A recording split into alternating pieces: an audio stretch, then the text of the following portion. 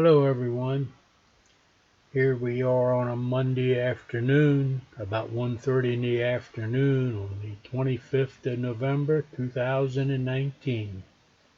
We're flying around the house renovation on Clearview Road. There's some trucks parked there at the house, and I see some movement down there around the pad, so some work's going on today. Pretty nice day for drone flying. Temperatures upper 40s, lower 50s, no wind to speak of, and nice and sunny. Pretty nice day. And the usual, I'll leave a comment down, or I'll leave a link down in the comment section, and you can click on that and go back and check any previous videos. Hey, have a good day, everyone. We'll catch you later. Goodbye.